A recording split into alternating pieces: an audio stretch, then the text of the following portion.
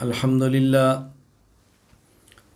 لله نحمده ونستعينه ونستغفره ونؤمن به ونتوكل عليه ونعوذ بالله من شرور أنفسنا ومن سيئات أعمالنا من يهده الله فلا مضل له ومن يضلل فلا هادي له ونشهد أن لا إله إلا الله وحده لا شريك له ونشهد أن سيدنا ومولانا محمدا عبده ورسوله أما بعد فأعوذ بالله من الشيطان الرجيم بسم الله الرحمن الرحيم إن مثل عيسى عند الله كمثل آدم خلقه من تراب ثم قال له كن فيكون يا رب صل وسلم دائما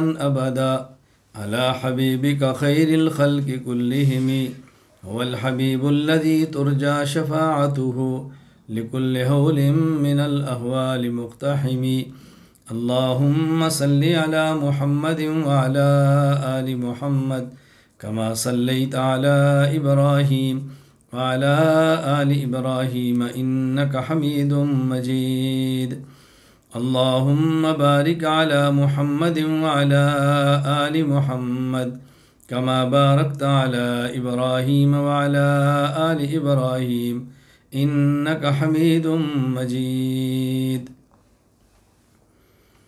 اللہ تعالیٰ نے انسانیت کی ہدایت کے لیے، جنات کی ہدایت کے لیے اور پورے عالم کو صحیح رخ پر رکھنے کے لیے حضرت آدم علیہ السلام سے لے کر حضور اکرم صلی اللہ علیہ وسلم تک تقریباً 1,24,000 انبیاء علیہ السلام مبعوث فرمائے۔ کم و بیش 1,24,000 انسانوں کے سر پہ تاج نبوت کو سجایا۔ 1,24,000 لگ بھگ انبیاء علیہ السلام اللہ تعالیٰ نے بھیجے۔ سب سے آخر میں حضور اکرم صلی اللہ علیہ وسلم تشریف لائے، اور حضور اکرم صلی اللہ علیہ وسلم سے کچھ سال قبل کچھ 100 سال قبل حضرت عیسیٰ علیہ السلام تشریف لائے۔ حضرت عیسیٰ علیہ السلام کے بعد آخری نبی حضور اکرم صلی اللہ علیہ وسلم ہے، اور حضرت عیسیٰ علیہ السلام کے بارے میں چونکہ ہمارا عقیدہ ہے، ہمارا نظریہ ہے، اللہ تعالیٰ کے نبی ہیں، برحق نبی ہیں، ان کو زندہ آسمان پر اٹھایا گیا ہے، قیامت سے پہلے وہ آسمان سے نازل ہوں گے۔ میں اس پر تفصیل سے بات کروں گا۔ اس حوالے سے آج ہماری جو گفتگو ہے اس میں بنیادی طور پر میں 10 باتیں پیش کروں گا۔ نمبر 1، حضرت عیسیٰ علیہ السلام کا تعارف۔ نمبر 2، حضرت عیسیٰ علیہ السلام کے معجزات۔ نمبر 3، حضرت عیسیٰ علیہ السلام کی تعلیمات۔ نمبر 4، حضرت عیسیٰ علیہ السلام کی زبان مبارک سے حضور اکرم صلی اللہ علیہ وسلم کی آمد پر بشارت، پیشین گوئی۔ نمبر 5، قرب قیامت عیسیٰ علیہ السلام کا بطور خاص نازل ہونا، آپ کا شادی فرمانا، ایک عرصہ تک یہاں پہ رہنا، اور آخر میں مدینہ منورہ میں وفات پا کر رسول اکرم صلی اللہ علیہ وسلم کے ساتھ آپ کے روضہ اقدس میں دفن ہونا۔ نمبر 6، حضرت عیسیٰ علیہ السلام کے بارے میں ہمارے معتقدات و نظریات کیا ہیں۔ نمبر 7، چند ایک اشکالات اور ان کے جوابات۔ نمبر 8، مسیحی برادری کو محبت کے ساتھ دعوت اسلام۔ نمبر 9، کرسمس کی تقریبات کے بارے میں شرعی نقطہ نظر۔ نمبر 10، آخری گزارش۔ یہ میں 10 باتیں آج آپ کی خدمت میں پیش کروں گا ترتیب کے ساتھ۔ اللہ تعالیٰ مجھے اخلاص کے ساتھ، دلیل کے ساتھ، اعتدال کے ساتھ اپنے موقف کو پیش کرنے کی توفیق عطا فرمائے۔ بات سمجھ آئے تو اللہ تعالیٰ قبول کی توفیق عطا فرمائے، اور اس آواز کو زیادہ سے زیادہ آگے اللہ تعالیٰ ہمیں پہنچانے کی توفیق عطا فرمائے۔ پہلی بات، حضرت عیسیٰ علیہ السلام کا تعارف۔ حضرت عیسیٰ علیہ السلام کے چونکہ والد ماجد نہیں تھے، بغیر والد کے پیدا ہوئی، اس لیے آپ کے دادا کا تذکرہ تو فضول ہے، دادا تھا ہی نہیں۔ ہاں البتہ عیسیٰ علیہ السلام کے نانا تھے جن کا نام تھا عمران، اور قرآن کریم میں اسی مناسبت سے پوری صورت ہے سورہ آل عمران۔ اللہ تعالیٰ نے کتنا بڑا شرح بخشا ہے ان کو۔ حضرت عیسیٰ علیہ السلام کی نانی جو حضرت عمران کی اہلیہ تھی، ان کا نام تھا حنہ بنت فاقوزہ۔ حضرت عیسیٰ علیہ السلام کی نانی حضرت حنہ کے شوہر حضرت عمران بیت المقدس کے امام بھی تھے۔ حضرت عیسیٰ علیہ السلام کی نانی جب امید کے ساتھ ہوئیں تو آپ نے اللہ سے دعا مانگی کہ یا اللہ میں امید کے ساتھ ہوں، مجھے آپ نے بیٹا عطا فرمایا تو میں اس کو تیرے دین کے لیے وقف کر دوں گی۔ اس کا ذکر اللہ تعالیٰ نے سورہ آل عمران آیت نمبر 35 میں فرمایا ہے۔ اذ قالت امرأۃ عمران رب انی نذرت لک ما فی بطنی محررا فتقبل منی انک انت السمیع العلیم۔ انہوں نے دعا کی، یہ جو انہوں نے دعا مانگی اور منت مانگی کہ اللہ تو مجھے لڑکا عطا فرما تو میں اس کو تیرے دین کے لیے وقف کر دوں گی، یہ پہلی شریعتوں میں ایسا تھا کہ کسی ایک لڑکے کو دین کے لیے وقف کر دیا جاتا اور اس سے کوئی بھی کام اور نہ لیا جاتا۔ یہ انہی کی شریعت میں تھا۔ ہماری شریعت میں ایسی منت مانگنا جائز نہیں ہے کہ اگر مجھے آپ اللہ بیٹا عطا فرما دیں یا بیٹی عطا فرما دیں تو میں اس سے اور کوئی کام نہیں لوں گا، یہ منت ہماری شریعت میں نہیں ہے۔ حکیم الامت مولانا اشرف علی تھانوی رحمہ اللہ تعالیٰ فات 1362 ہجری بیان القرآن انی نذرت لک ما فی بطنی محررہ اس آیت کی تحت فرماتے ہیں اس زمانہ میں ایسی نظر ماننا مشروع تھا، یعنی جائز تھا، بخلاف ما فی شرعنا، بخلاف ہماری شریعت کے، کیونکہ حضور اکرم صلی اللہ علیہ وسلم کا ارشاد ہے لا نظر فی ما لا یملک، اور فرماتے ہیں ولیس فی اختیار الناظر ان یفعل غیرہ فعلا فلم ینعقد النظر ففهم، یہ نظر ماننے والے کے اختیار میں چیزیں نہیں ہیں، اس لیے ہماری شریعت میں یہ نہیں ہے۔ پہلی شریعت میں یہ تھا کہ ایسی منت مانگی جاتی۔ ہم یہ تو منت مانگ سکتے ہیں اللہ تو نے میرے بیٹا دیا میں قرآن کا حافظ بنا دوں گی، یا والد مانگے یا دونوں منت مانگے ہم حافظ بنا دیں گے، عالم بنا دیں گے، ہم عمرہ کریں گے، تو ٹھیک ہے، اس میں حرج نہیں ہے، لیکن یہ کہ میں اس سے کوئی کام بھی نہیں لوں گی سوائے اس کے، یہ آپ کے اختیار میں نہیں ہے۔ اس کی وجہ جب اس بچے نے بڑا ہونا ہے، بالغ ہونا ہے، بڑا ہوگا، آپ چاہیں یا نہ چاہیں اس کی مرضی ہے، وہ کام کرے نہ کرے، آپ کے اختیار میں تو نہیں ہے نا، اس لیے آپ دوسرے کے حوالے سے منت مانگنا مشکل ہے۔ آپ اپنے اعتبار سے مانگیں کہ میں یہ کروں گی، میں یہ کروں گی، میں یہ کروں گی، یہ بات الگ ہے۔ حضرت عیسیٰ علیہ السلام کی والدہ محترمہ کا نام مریم تھا۔ حضرت عیسیٰ علیہ السلام کی جو والدہ محترمہ تھی مریم، جب یہ پیدا ہوئیں تو ان کے حضرت عیسیٰ علیہ السلام کے نانا ابو دنیا میں نہیں تھے، وہ اس وقت دنیا میں نہیں تھے۔ جب یہ پیدا ہوئیں تو حضرت عیسیٰ علیہ السلام کی جو نانی تھی انہوں نے کہا یا اللہ میں نے تو منت مانگی تھی اگر بیٹا ہوگا تو میں اس کو وقف کر دوں گی، میرے ہاں تو بیٹی ہوئی ہے، رب انی وضعت انثی، اللہ پاک کی طرف سے کتنا پیارا جواب ملا، واللہ اعلم بما وضعت ولیس ذکر کالانثی، کیا پیاری بات فرمائی۔ فرمائے جو لڑکا اس خاتون نے مانگا تھا وہ اس لڑکی کی طرح نہیں ہے جو ہم نے اس کو دی، اس نے بیٹا اپنی حیثیت کے مطابق مانگا، ہم نے بیٹی مریم اپنی شان کے مطابق دی ہے۔ اللہ اکبر۔ تو ان نے تو مانگا تھا بیٹا لڑکا، اللہ نے دی لڑکی، ان نے لڑکا اپنی حیثیت کے مطابق مانگا، اللہ نے لڑکی اپنی شان کے مطابق دی۔ اللہ تعالیٰ فرمایا وَإِنِّي أُعِيذُهَا بِكَ وَذُرِّيَّتَهَا مِنَ الشَّيْطَانِ الرَّجِيمِ، اللہ اکبر۔ ہم اس کو اور اس کی ساری اولاد کو شیطان مردود سے محفوظ رکھیں گے، مریم کو بھی محفوظ رکھیں گے اور آگے ان کی اولاد عیسیٰ علیہ السلام ان کو بھی محفوظ رکھیں گے شیطان مردود سے۔ حضرت مریم کے والد چونکہ فوت ہو گئے تھے ان کی پیدائش سے پہلے، ان کی والدہ محترمہ اب ان کی تربیت چاہتی تھی، والد ہوتے تو خود تربیت فرما لیتے، وہ تو تھے نہیں۔ اللہ تعالیٰ نے کرم یہ فرمایا کہ مریم علیہ السلام کی پیدائش کے بعد صحت بہت اچھی، جسے آپ کہتے ہیں نا گروتھ بہت اچھی تھی، بڑھانا بہت اچھا تھا، جسم کا بڑھنا۔ ان کے لیے دودھ پلانے کے لیے دائی کا انتظام کیا ہی نہیں گیا، یا انتظام کیا اور اس نے دودھ پلایا، یا بغیر انتظام کے اللہ نے اس کی تربیت فرمائی؟ بہرحال ان کی تربیت قرآن کہتا ہے کہ بہت اچھے طریقے سے ہوئی، تو ان کے جسم کی الحمدللہ نشو و نما بہت اچھے طریقے سے ہوئی۔ اللہ پاک نے سارے اسباب بہت عجیب انداز میں رکھے ان کے ساتھ۔ اب حضرت مریم کی کفالت کا مسئلہ تھا کون کرے، تو حضرت مریم کی والدہ ان کو لے کر بیت المقدس گئی تاکہ میں اپنی بچی کسی کی کفالت میں دوں، اس کی تربیت کریں۔ حضرت زکریا علیہ السلام اللہ کے نبی ہیں، حضرت مریم کے یہ خالو تھے۔ اب زکریا علیہ السلام کی بھی خواہش ہے میں تربیت میں لے لوں، وہاں دیگر علماء مجاور تھے، ان کی خواہش تھی کہ ہم لے لیں، اب تربیت کون کرے؟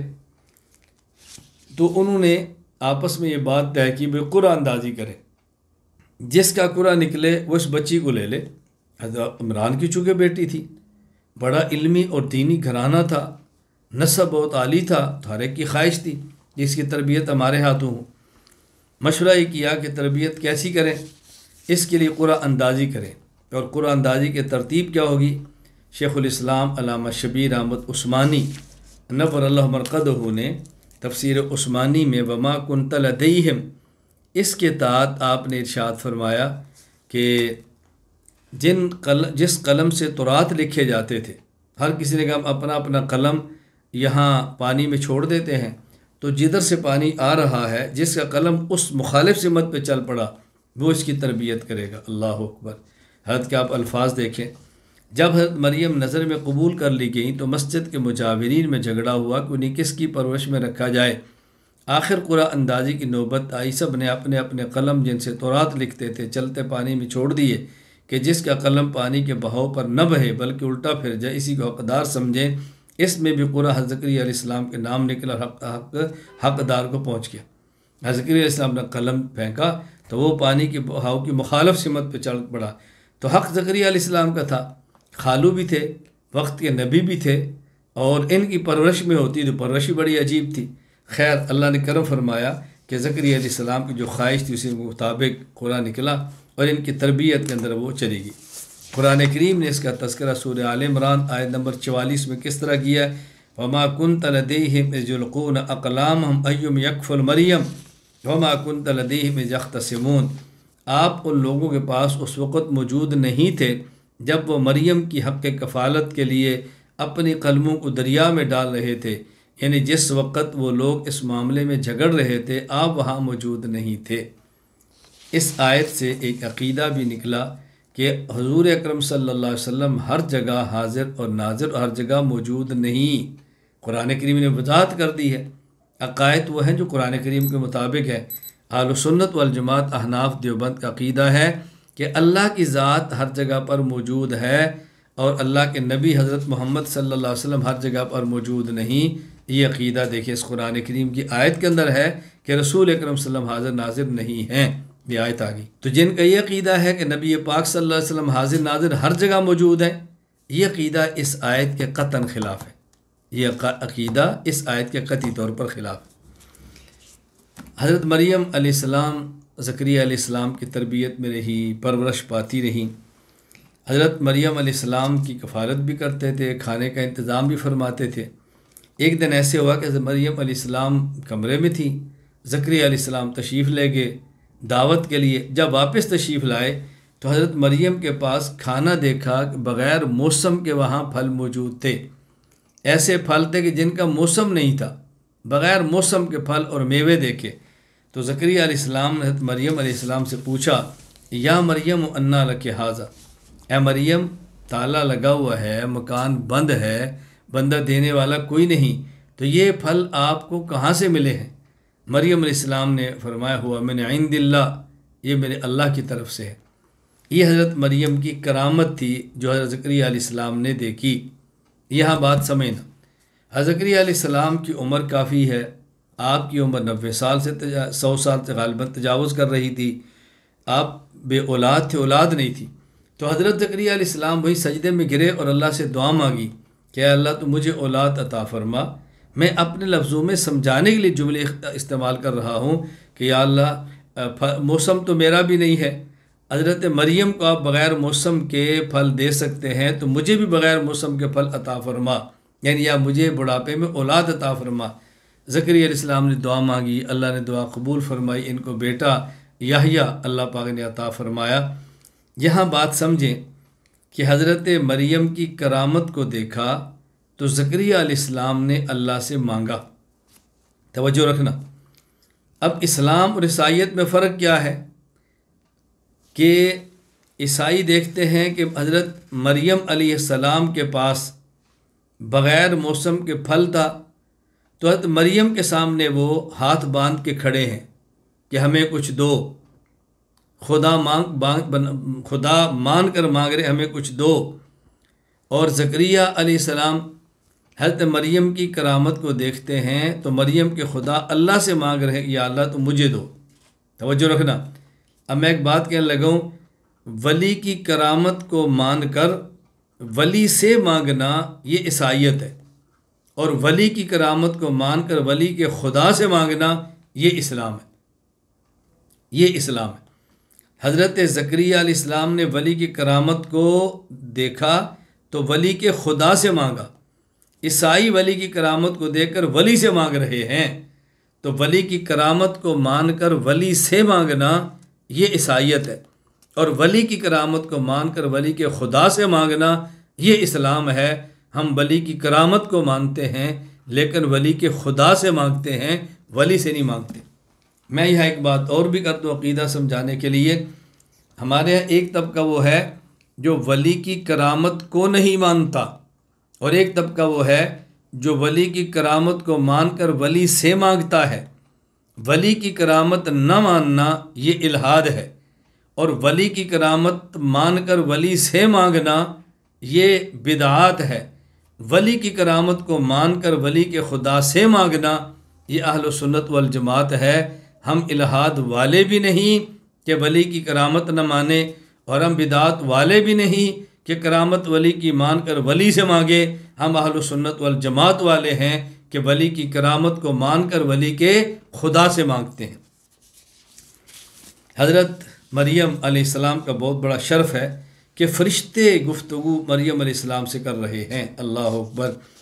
وَإِذْ قَالَتِ الْمَلَائِكَةُ يَا مَرْيَمْ إِنَّ اللَّهَ اصْطَفَاكِ وَطَهَّرَكِ وَاصْطَفَاكِ عَلَى نِسَاءِ الْعَالَمِينَ يَا مَرْيَمُ اقْنُتِي لِرَبِّكِ وَاسْجُدِي وَارْكَعِي مَعَ الرَّاكِعِينَ۔ سورہ آل عمران آیت نمبر 42 اور 43۔ اے مریم، اللہ نے آپ کو قبولیت بخشی ہے، آپ کو پاکیزگی عطا کی ہے، اور اس وقت کی جو خواتین موجود تھی جہان میں، کہا ان سب سے اللہ نے آپ کو فضیلت عطا فرمائی ہے، تم اللہ کی عبادت کرو، سجدہ کرو، رکوع کرو۔ اللہ اکبر۔ یہاں ایک بات اچھی طرح سمجھ لیں، رسول اکرم صلی اللہ علیہ وسلم کی ازواج مطہرات جو امہات المؤمنین ہیں، یہ کائنات کی تمام خواتین سے اعلیٰ اور افضل ہے۔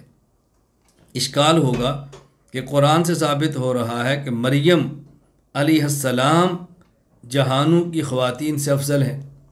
بظاہر یہ آیت اہل سنت والجماعت احناف دیوبند کے عقیدہ کے خلاف ہے۔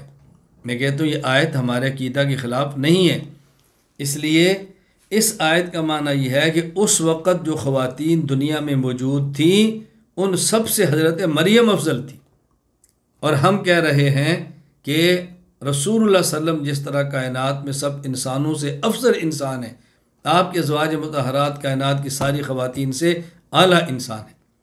اور یہ اس آیت کا تعلق اس دور کی خواتین سے ہے، مطلق پورے جہان کی خواتین یہاں پر مراد ہی نہیں ہے۔ الجھن کے اندر کبھی مبتلا نہیں ہونا، یہ بات اچھی طرح ذہن نشین فرما لیں۔ حضرت مریم کی الحمدللہ تربیت ہوئی، مریم علیہ السلام دینی ماحول میں پرورش پا رہی ہے۔ حضرت مریم علیہ السلام کے سامنے فرشتہ انسانی شکل میں آیا ہے، جبریل امین، سورہ مریم آیت نمبر 16 اور 17، انسانی شکل میں آیا، حضرت مریم علیہ السلام کے پاس آیا، آ کر آپ سے بات کی۔ مریم علیہ السلام کے سامنے جو ہی فرشتہ آیا انسانی شکل میں تو آپ نے فرمایا انی اعوذ بالرحمن منک ان کنت تقیہ، دیکھو خدا سے ڈرو، میں پاک دامن عورت ہوں، تم کہاں پہ آگے پردے میں چلی گئی۔ بات سمجھنا، مریم علیہ السلام اپنی عفت کو کس طرح سنبھال رہی ہے، سبحان اللہ۔ چونکہ وہ تو بعد میں پتہ چلا نا فرشتہ ہے، اس نے کہا انما انا رسول ربک، میں تمہارے رب کا بھیجا ہوا فرشتہ ہوں، لأہب لک غلاما زکیہ، اللہ کے حکم سے بیٹا دینا چاہتا ہوں، اللہ کے حکم سے بیٹا دینا چاہتا ہوں۔ بات سمجھنا۔ اب حضرت مریم پہلے تو اس کو دیکھی اور خود کو چھپایا، کیوں؟ اللہ تعالیٰ جب بھی فرشتے کو انسانی شکل میں بھیجتے ہیں تو خوبصورت نوجوان مرد کی شکل میں بھیجتے ہیں۔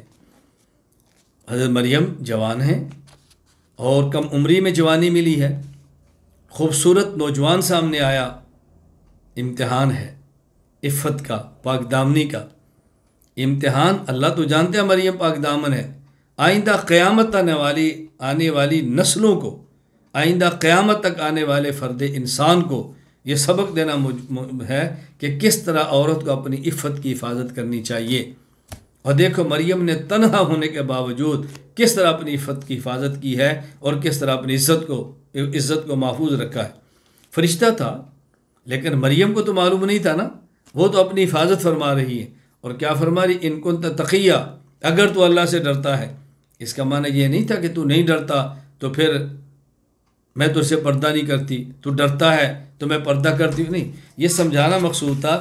جس طرح باپ اپنے بیٹے سے کہتا ہے اگر تو مجھے اپنا باپ سمجھتا ہے، اگر میں تیرا باپ ہوں تو میری بات مان، تو باپ تو ہے، باپ کیوں نہیں ہے؟ یہ سمجھانے کے لیے کہا جاتا ہے کہ میں باپ ہوں اور باپ کا حق ہوتا ہے کہ اس کی بات مانی جائے۔ مریم یہ سمجھا رہی ہیں اللہ ہے، بندے کو خدا سے ڈرنا چاہیے، تو بھی خدا سے ڈرتا ہے تو یہ کیا کر رہا ہے میرے سامنے کیسے آ کے نامحرم ہو کے؟ اللہ اکبر۔ فرشتے نے خیر بشارت دی عیسیٰ علیہ السلام حضرت مریم کو۔ حضرت مریم تعجب سے فرمانے لگی انا یکون لی غلام ولم یمسسنی بشر ولم اک بغیہ، مجھے بیٹا کہاں سے ہوگا؟ میں نے تو ابھی تک مجھے کسی فرد بشر نے چھوا نہیں نکاح کے ساتھ، ولم اک بغیہ، اور میں نافرمان اور مجرم عورت نہیں ہوں، باکردار عورت ہوں، میرے جسم کو آج تک کسی نے ہاتھ نہیں لگایا، نہ ہی جائز طریقے سے نہ ہی ناجائز طریقے سے، تو میرے یہاں بچہ کیسے پیدا ہوگا؟ تعجب سے فرمایا۔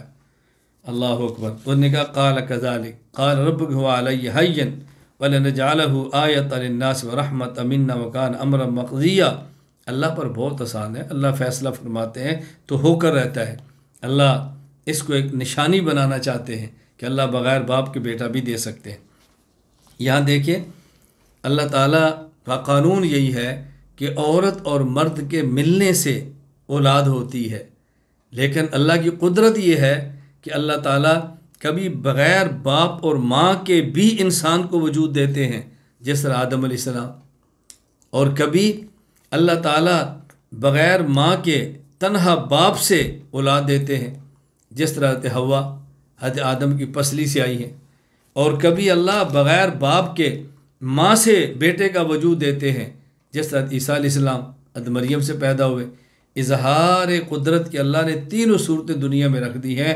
قانون اٹل ہے، اپنی جگہ پر مسلم ہے، اور قانون سے ہٹ کے تین چیزیں خدا کی قدرت ہے: بغیر ماں اور باپ کی اولاد جس طرح آدم علیہ السلام، بغیر ماں کے بغیر باپ کے بغیر ماں کے پیدائش ہو جس طرح حضرت حوا، اور بغیر باپ کے ہو جس طرح حضرت عیسیٰ۔ یہ تینوں صورتیں اللہ نے دکھا دی ہیں۔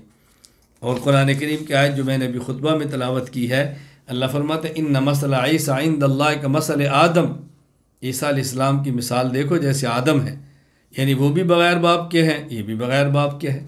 اللہ اکبر۔ حضرت آدم علیہ السلام بھی آسمان سے دنیا پر آئے، عیسیٰ علیہ السلام بھی آسمان سے دنیا پر آئیں گے، دونوں کے اندر مشابہتیں موجود ہیں۔ حضرت مریم امید کے ساتھ ہو گئی۔ اللہ اکبر۔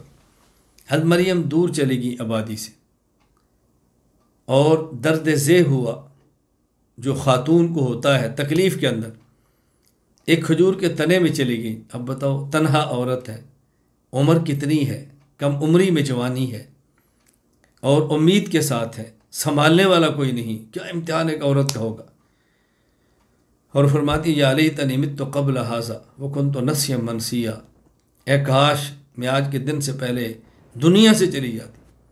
یہ درد کی وجہ سے نہیں کہہ رہی، نہ وکنت نسیا منسیا، اور میں ایسے ہو جاتی کہ کسی کو پتہ بھی نہیں چلتا کہ اس نام کی عورت کو دنیا میں آئی تھی۔ یہ درد کی وجہ سے نہیں، حضرت مریم یہ اس وجہ سے ہے کہ میں پاک دامن ہوں، میری والدہ پاک دامن ہے، میرے نانا بہت بڑے آدمی ہیں، میرے خالو اللہ کے نبی ہیں، کتنے بڑے خاندان کی میں عورت ہوں۔ جب میرے ہاں بغیر شوہر کے بچہ ہوگا، اللہ کی طرف سے ہوگا، کتنا بڑا ابتلا اور امتحان ہوگا، میں اپنی قوم کو کیسے سمجھاؤں گی؟ یہ اللہ کی طرف سے میں کیسے سمجھاؤں گی؟ بس یہ پریشانی ان کے اوپر تھی۔ اللہ اکبر، اللہ پاک نے اس کا بھی انتظام فرمایا۔ اب ایک مسئلہ تو یہ تھا کہ درد ذیل ہے، تکلیف مبتلا ہیں، نہ کوئی دائی ہے، نہ ڈاکٹر ہیں، نہ ادویات ہیں، تنہا ہیں، تسلی دینے والا سنبھالنے والا بھی کوئی نہیں۔ میرا خیال ہے اس کیفیت کو مردوں سے زیادہ شاید خواتین سمجھتی ہوں، مردوں سے زیادہ اس کیفیت کو خواتین سمجھے گی، چونکہ اس کیفیت سے گزرنا ان کو پڑتا ہے۔ جو گزرتا ہے وہی سمجھتا ہے، جس پہ آتی ہے وہی سمجھتا ہے کہ اس وقت کسی عورت کی حالت کیا ہوتی ہے۔ اب بتائیں ذرا، میں اپنی ماؤں بہنوں اور بیٹیوں سے کہتا ہوں، آپ ذرا اندازہ فرمائیں، باپ بھی پاس نہ ہو، والدہ بھی پاس نہ ہو، کوئی قریبی خاتون بھی پاس نہ ہو، کوئی دوائی بھی نہ ہو، کوئی خوراک بھی نہ ہو، کوئی مکان بھی نہ ہو، رہائش کے لیے بھی کوئی چیز نہ ہو، کیا ایک عورت کی زندگی ہو سکتی ہے؟ حضرت مریم کس قدر حوصلہ مند خاتون ہوگی اور کس قدر اللہ سے تعلق ان کا مضبوط ہوگا۔ اس کیفیت میں تھی، کھجور کے درخت کے نیچے تھی، فناداہا من تحتہا اللہ تحزنی، اللہ نے فرشتہ بھیجا کہ جاؤ مریم کو تسلی دو، غم نہیں کرنا، اللہ ہو غم نہیں کرنا، قد جعل ربک تحتک سریہ، اللہ نیچے پانی کا چشمہ جاری کر دیا ہے، پانی یہاں سے پیو، وَحُزِّ إِلَيْكَ بِجِذْعِ النَّخْلَةِ تُسَاقِطْ عَلَيْكَ رُطَبًا جَنِيًّا، یہ آپ کی کرامت ہے، کھجور کا تنا ہے، آپ اس کو ہلاؤ۔ اس حالت میں عورت کیا کھجور کے تنے کو حرکت دے سکتی ہے؟ کسی عورت کی حرکت سے کھجور کا تنا کیا حرکت دے گا؟ آپ سوچیں ذرا کتنی طاقت ہوگی۔ فرمایا آپ اس کو حرکت دو تو دیکھو آپ کے اوپر تر کھجوریں گریں گی، اللہ، پکی ہوئی تازہ کھجوریں۔ اللہ نے پانی کا انتظام بھی فرما دیا، تازہ کھجوروں کا انتظام بھی فرما دیا۔ فرمایا فَكُلِي وَاشْرَبِي وَقَرِّي عَيْنًا، اللہ اکبر، کھجور کھاؤ، تازہ چشمے کا تازہ پانی پیو، اپنے لخت جگر کو دیکھو اور اپنی آنکھیں ٹھنڈی کرو۔ غم ایک الگ ہے، معاشرے کو کیا کہنا ہے، لیکن بیٹے کی خوشی الگ ہے، کیونکہ وہ تو سمجھتی ہے نا میں پاک دامن ہوں، اور یہ اللہ کا کتنا میرے اوپر احسان ہے کہ اللہ نے مجھے اس حالت میں بیٹا عطا فرمایا۔ اب یہ جو الجھن ہے تمہیں، میں معاشرے کو کیا جواب دوں گی، قوم کو کیا جواب دوں گی، خاندان کو کیا جواب دوں گی؟ فرمایا اس کا حل کیا ہے، فَإِمَّا تَرَيِنَّ مِنَ الْبَشَرِ أَحَدًا فَقُولِي إِنِّي نَذَرْتُ لِلرَّحْمَنِ صَوْمًا فَلَنْ أُكَلِّمَ الْيَوْمَ إِنْسِيًّا، اللہ اکبر، سورہ مریم آیت نمبر 26۔ فرمایا جب لوگوں سے تمہارا واسطہ پڑے، لوگ ایسی باتیں کریں نا، تو کہہ دینا کہ میں نے چپ کر روزہ رکھا ہوا ہے، اس طرف اشارہ کرنا، کہنا اس سے پوچھو یہ جواب دے گا۔ اب یہ بچہ کیسے جواب دے گا؟ لیکن مریم علیہ السلام اب سمجھ رہی ہیں، اللہ نے انتظام فرما دیا ہے، جس اللہ نے بغیر شوہر کی مجھے اولاد دی ہے، بغیر ساز و سامان اور اسباب کے کھانا دیا ہے، پینا دیا ہے، انتظامات کر دی ہیں، اور پھر مجھے تدبیر بتا دی ہے، اللہ وہی حل بھی نکالیں گے اور بچے کو زبان دیں گے اور بولے گا۔ میری بات یاد رکھنا، جب انسان اللہ کے ساتھ مخلص ہو اور مسائل کا شکار ہو، اللہ رب العزت اس مسائل سے خلاصی کی صورتیں پیدا فرما دیتے، اللہ حل عطا فرما دیتے ہیں۔ کچھ پریشانی سے گزرنا پڑتا ہے، لیکن اللہ اس تکلیفوں کے بعد خوشیاں دیتے ہیں جو ساری تکلیفوں پر پانی پھیر کے رکھ دیتی ہے۔ انسان کو دنیا میں اللہ کے ساتھ اپنے معاملات ٹھیک رکھنا چاہیے اور گھبرانا نہیں چاہیے، دل چھوٹا نہیں کرنا چاہیے، حوصلہ رکھنا چاہیے۔ مصیبت کا ایک وقت ہوتا ہے جو گزر جاتا ہے۔ یہاں ایک مسئلہ ذہن نشین فرما لیں، سابقہ شریعتوں میں، گزشتہ شریعتوں میں چپ کا روزہ تھا، ہماری شریعت میں چپ کا روزہ نہیں ہے۔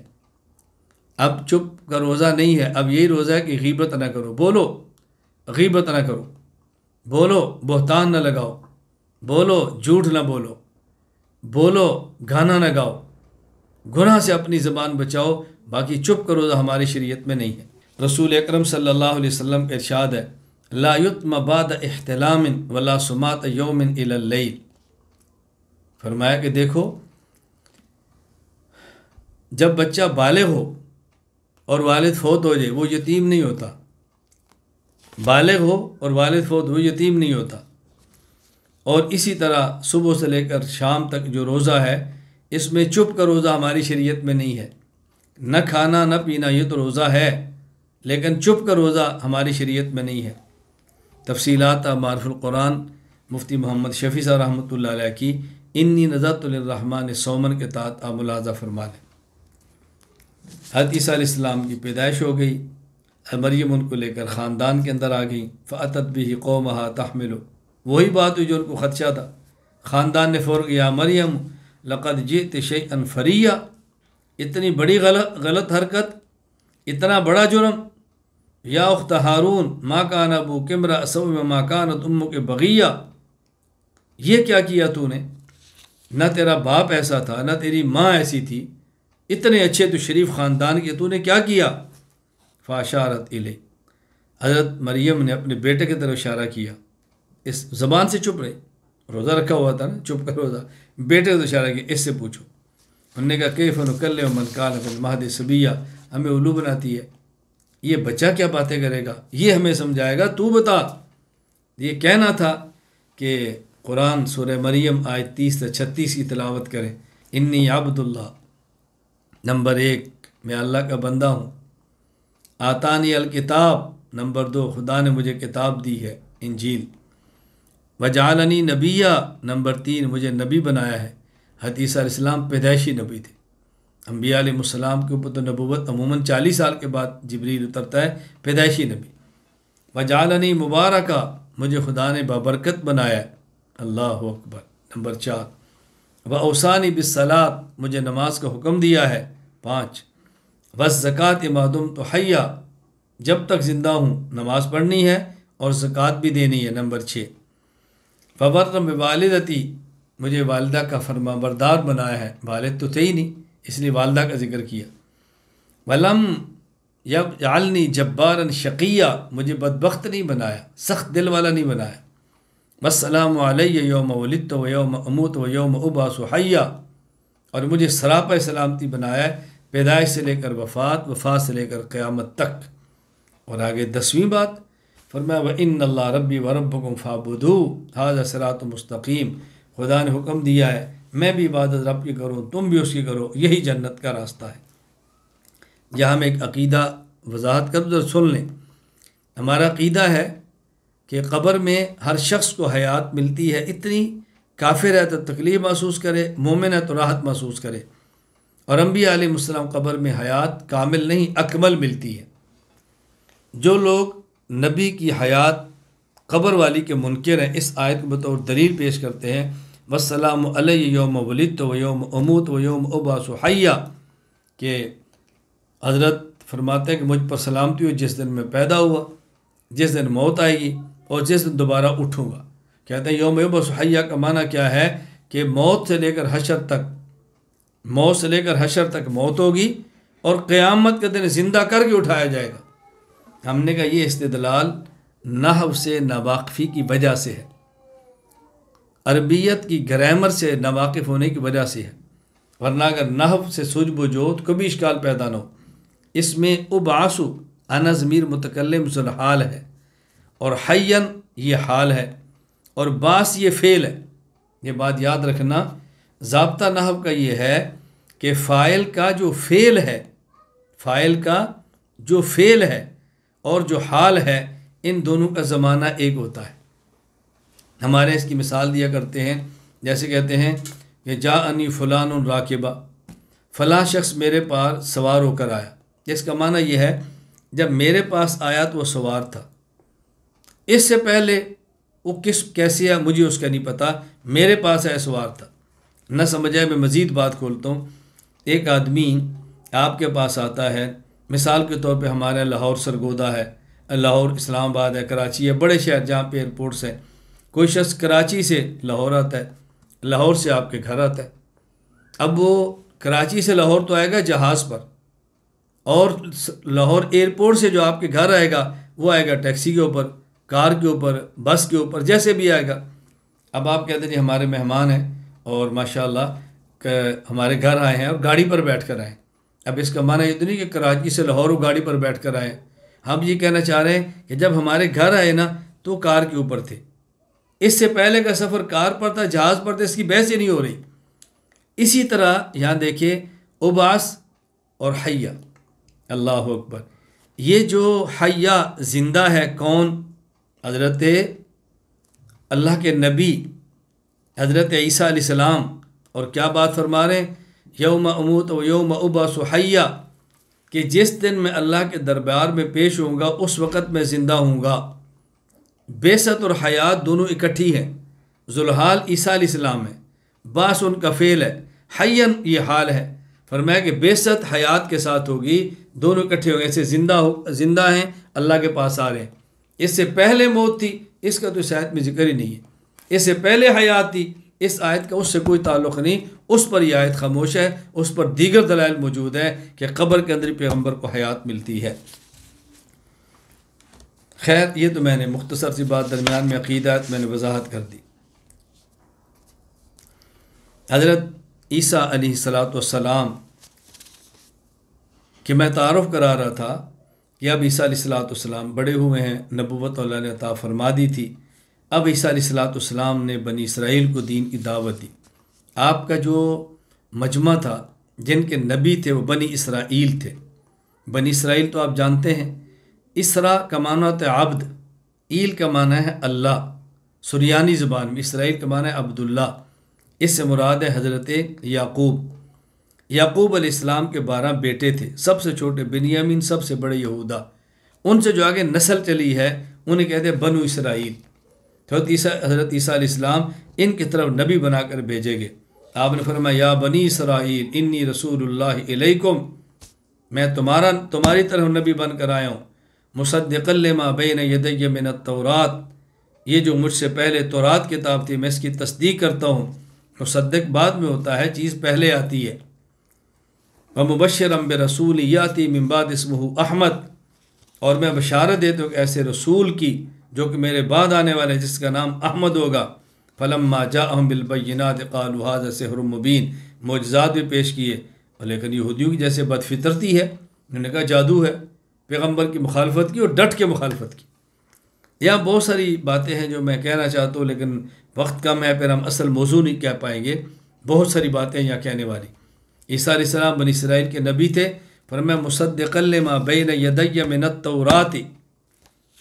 ہمارے اس دور میں ایک فتنہ ہے، اس کا نام ہے شیخ محمد، اور وہ تورات موسیٰ علیہ السلام پر اتری، اس کا انکار کرتا ہے کہ نہیں، موسیٰ علیہ السلام پر اترنے کی کوئی وضاحت نہیں ہے، احادیث نے مجھے قرآن پیش کرو۔ جب یہ آیت پیش کی جاتی ہے تو کہتا ہے یدئی کا معنی ہوتا ہے سامنے، اس کا معنی پہلے تو ہے ہی نہیں کہ یہ تورات ہے جو میرے سامنے ہے، اس کا یہ معنی کہ تورات پہلے اتری تھی، میں اس کی تصدیق کرتا ہوں، اس کا موسیٰ علیہ السلام سے کیا تعلق ہے؟ حالانکہ تھوڑا سا غور کر لیا جائے قرآن کی اس آیت پر، فرماتے ہیں مصدقا لما بین یدی، ایک چیز پہلے ہوتی ہے، تصدیق والا بعد میں آتا ہے، پہلے چیز بن جاتی ہے پھر آگے تصدیق کرتا ہے نا، یہ تو نہیں کہ تصدیق پہلے کرے چیز بعد میں بنے۔ اس کا معنی ہے کہ عیسیٰ علیہ السلام سے پہلے تورات تھی۔ یدئی کا معنی ہمیشہ سامنے نہیں ہوتا۔ آپ قرآن کریم 28 پر سورہ مجادلہ اٹھائیں، اللہ تعالیٰ نے مومنین کو فرمایا یا ایھا الذین آمنوا اذا ناجیتم الرسول فقدموا بین یدی نجواکم صدقہ، یہ پہلے حکم تھا، بعد حکم منسوخ ہوا۔ اے ایمان والو، اگر تم پیغمبر سے خلوت میں ملنا چاہتے ہو نا تو اس کے لیے کیا کرو، یا ایھا الذین آمنوا اذا ناجیتم الرسول فقدموا بین یدی نجواکم صدقہ، اس خلوت کی ملاقات سے پہلے صدقہ دو پھر نبی سے ملو۔ اب اس کا یہ تو معنی نہیں کہ جب خلوت میں مل رہے تو اس کو صدقہ سامنے ہونا چاہیے، یہاں بین یدی کا معنی پہلے ہے، اسی طرح یدیہ کا معنی پہلے ہے۔ یہ بڑی آسان سی بات ہے، الجھن والی بات نہیں ہے۔ مبشرا برسول یاتی من بعد اسمہ احمد، میرے بعد نبی آئے گا جس کی میں تصدیق کر دوں نام اس کا احمد ہوگا، وہ حضور اکرم صلی اللہ علیہ وسلم ہے۔ میں قدر بات اس پر آگے کروں گا، مستقل عنوان قائم کریں گے کہ عیسیٰ علیہ السلام نے بشارت دی تھی۔ فبما نقضهم ميثاقهم وكفرهم بآيات الله وقتلهم الانبیاء بغیر حق وقولهم قلوبنا غلف۔ اللہ اکبر۔ یہ کارستانیاں یہودیوں کی اس وقت اس پر گفتگو کرنا مقصود نہیں ہے۔ حضرت عیسیٰ علیہ السلام بنی اسرائیل کے نبی تھے، ان کی دعوت کے اللہ کو نبی بنا کر بھیجا۔ یہود نے سرکشی کی، مخالفت کی، اور حد درجہ مخالفت کی، حتیٰ کہ انہوں نے حضرت عیسیٰ علیہ السلام کے قتل کا فیصلہ کر لیا کہ ان کو ہم نے قتل کر دینا۔ حضرت عیسیٰ علیہ السلام کے ایک کمرے میں چھپ گئے، یہودیوں نے باہر سے گھیراؤ کر لیا اور حضرت عیسیٰ علیہ السلام کو گرفتار کر کے قتل کرنے کے لیے حضرت عیسیٰ علیہ السلام نے اللہ تعالیٰ سے دعا مانگی۔ اللہ تعالیٰ نے عیسیٰ علیہ السلام کو زندہ اس کمرے سے آسمان پہ اٹھا لیا۔ ایک فوجی جو اندر گیا دیکھنے کے لیے باہر نکلا، اس کی شکل عیسیٰ علیہ السلام کی بنا دی، اس کو یہودی نے سولی پر چڑھا دیا کہ تو خود عیسیٰ ہے اور کہتے ہیں عیسیٰ اندر نہیں ہے، چڑھا دیا۔ قرآن کہتا ہے وما قتلوہ وما صلبوہ، نہ یہودی عیسیٰ علیہ السلام کو قتل کر سکے، نہ سولی پہ لٹکا سکے، ولیکن شبہ لہم، ولیکن انہیں اشتباہ ہو گیا، ایک شبیہ کو نے سولی پہ چڑھا دیا۔ وَإِنَّ الَّذِينَ اخْتَلَفُوا فِيهِ لَفِي شَكٍّ مِّنْهُ مَا لَهُم بِهِ مِنْ عِلْمٍ إِلَّا اتِّبَاعَ الظَّنِّ وَمَا قَتَلُوهُ يَقِينًا بَلْ رَفَعَهُ اللَّهُ إِلَيْهِ۔ اللہ نے عیسیٰ علیہ السلام کو اوپر اٹھا لیا۔ اس پر تفصیل سے گفتگو میں آگے کروں گا انشاءاللہ العزیز، تفصیل سے گفتگو آگے کریں۔ میں مختصر بڑی یعنی خلاصتاً باتیں آپ خدمت میں عرض کر رہا ہوں، تفصیل سے بات انشاءاللہ اس کے اوپر کریں گے۔ حضرت عیسیٰ علیہ السلام زندہ ہیں، آسمان پر ہیں عیسیٰ علیہ السلام۔ قیامت کے دن عیسیٰ علیہ السلام کی اللہ کی گفتگو ہے، جس کا تذکرہ اللہ نے قرآن کریم سورۃ المائدہ آیت نمبر 116، 17، 118 کے اندر فرمایا۔ قیامت کے اللہ تعالیٰ فرمائیں گے عیسیٰ تمہارے جانے کے بعد ان نے تمہیں اور تمہاری امی مریم کی عبادت کی، کیا تم نے کہا تھا؟ عیسیٰ علیہ السلام سبحانک ما یکون لی ان اقول ما لیس لی بحق، اللہ آپ شرک سے پاک ہے، میں کیسے کہہ سکتا ہوں کہ آپ کے ساتھ شرک کیا جائے؟ اگر میں کہتا تو آپ کے علم میں تھا۔ اصل کیا تھی؟ نصارہ کے سامنے ان کے دعوے کی تردید کرنے کے لیے اللہ تعالیٰ عیسیٰ علیہ السلام سے مکالمہ فرما رہے ہیں، یہ جو تمہارے بت بنا کے پوجتے تھے، تمہیں سجدے کرتے تھے، تمہیں خدا کہتے تھے، یہ تعلیمات تمہاری تھی۔ اس کا عیسیٰ علیہ السلام جواب دے رہے، اللہ میں کیسے کہہ سکتا ہوں، میں کہتا تو آپ کے علم میں تھا۔ ہاں جب آپ نے مجھے اٹھا لیا میں تو ان کو توحید کی دعوت دیتا رہا، جب میں ان کے اندر تھا میں دعوت دیتا رہا، جب آپ نے مجھے اٹھا لیا اے اللہ پھر میں بے قصور، میرے بعد انہوں نے کیا کیا اس کا میں ذمہ دار نہیں۔ آج ان کو عذاب دے تو تیرے بندے ہیں، اللہ تو معاف فرمانا چاہے تو ان کو معاف بھی کر سکتا ہے۔ یہ میں نے مختصر سی عیسیٰ علیہ السلام کی سابقہ زندگی بیان کی ہے کہ عیسیٰ علیہ السلام پیدا ہوئے، دنیا میں آئے، دعوت دیتے رہے، قوم نے تنگ کیا، یہودی نے ستایا، بالآخر اللہ نے ان کو آسمان پر زندہ اٹھا لیا۔ حضرت عیسیٰ علیہ السلام قرب قیامت آسمان سے نازل ہوں گے۔ عیسیٰ علیہ السلام قرب قیامت آسمان سے نازل ہوں گے۔ اس وقت اب دوسرے آسمان پر ہے، دجال نکل چکا ہوگا، حضرت مہدی دمشق کی جامع مسجد میں نماز فجر کے لیے تیار ہوں گے۔ حضرت عیسیٰ علیہ السلام جامع مسجد دمشق کے مشرقی مینارے پر دو فرشتوں کا یوں سہارا لیے ہوئے، ان کے کندھوں پر یا پروں پر ہاتھ رکھے ہوئے نازل ہوں گے۔ مصلی پر امام مہدی نماز کی امامت کرائیں گے، عیسیٰ علیہ السلام نازل ہوں گے، امام مہدی نماز کا کہیں گے، عیسیٰ علیہ السلام فرمائیں گے امامت تم نے کرنی ہے، ان کے پیچھے نماز پڑھیں گے۔ اس کے بعد امام مہدی کی مائیت میں دجال پر چڑھائی کریں۔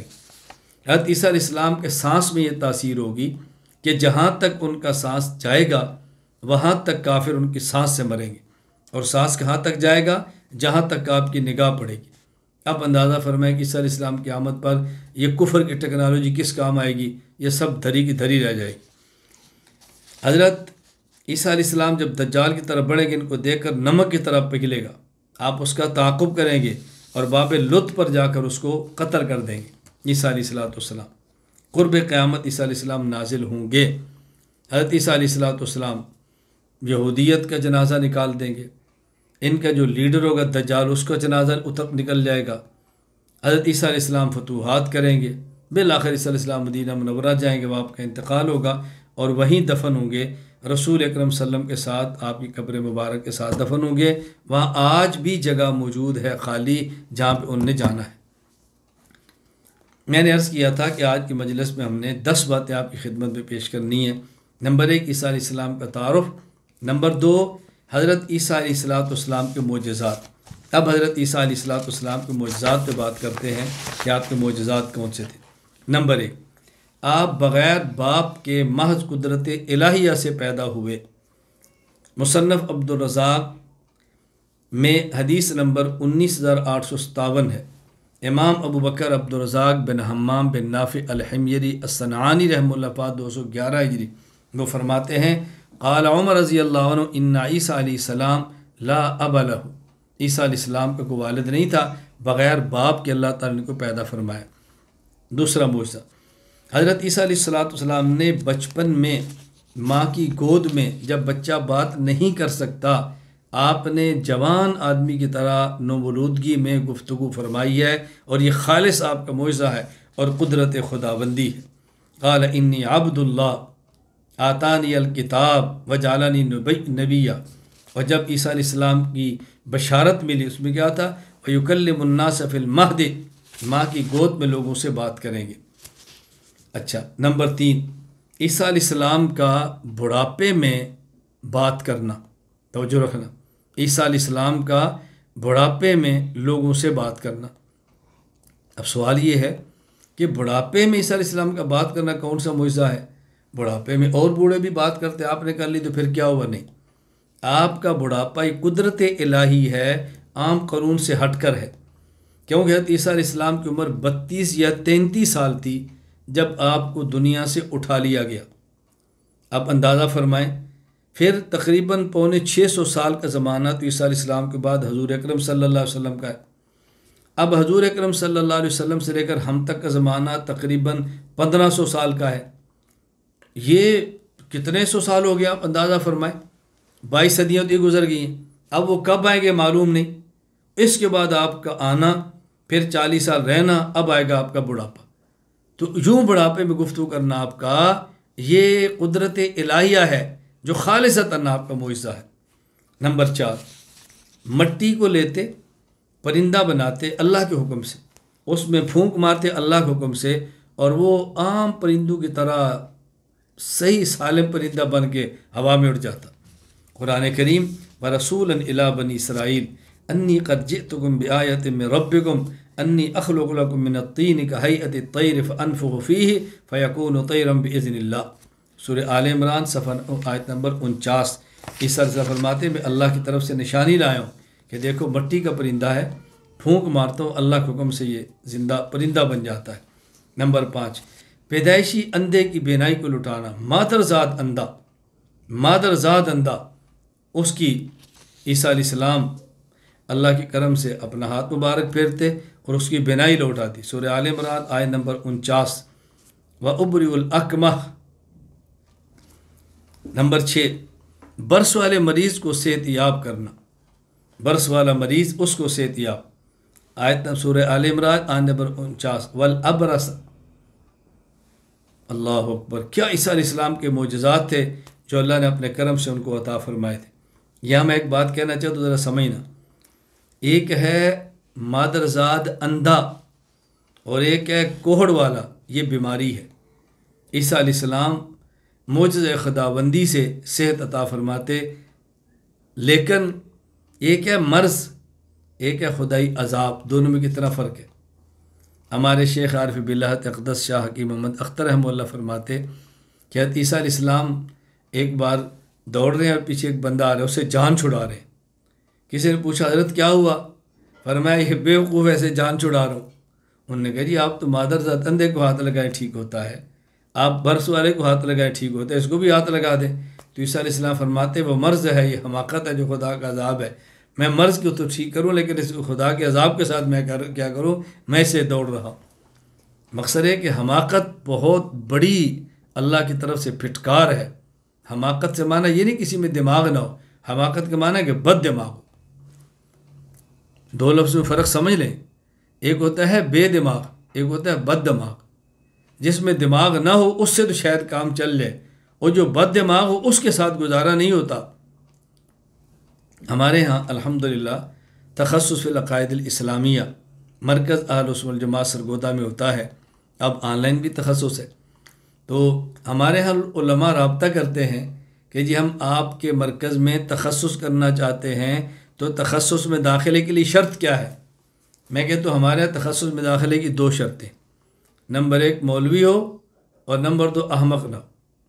نمبر 1 مولوی ہو اور نمبر 2 پاگل نہ ہو۔ ہماری یہ کوئی شرط نہیں ہے کہ اس کو عبارت آتی ہو، اول آتا ہو، بڑا ذہین ہو، کتاب زبانی یاد ہو۔ میں نے کہا یہ ہم کر لیں گے۔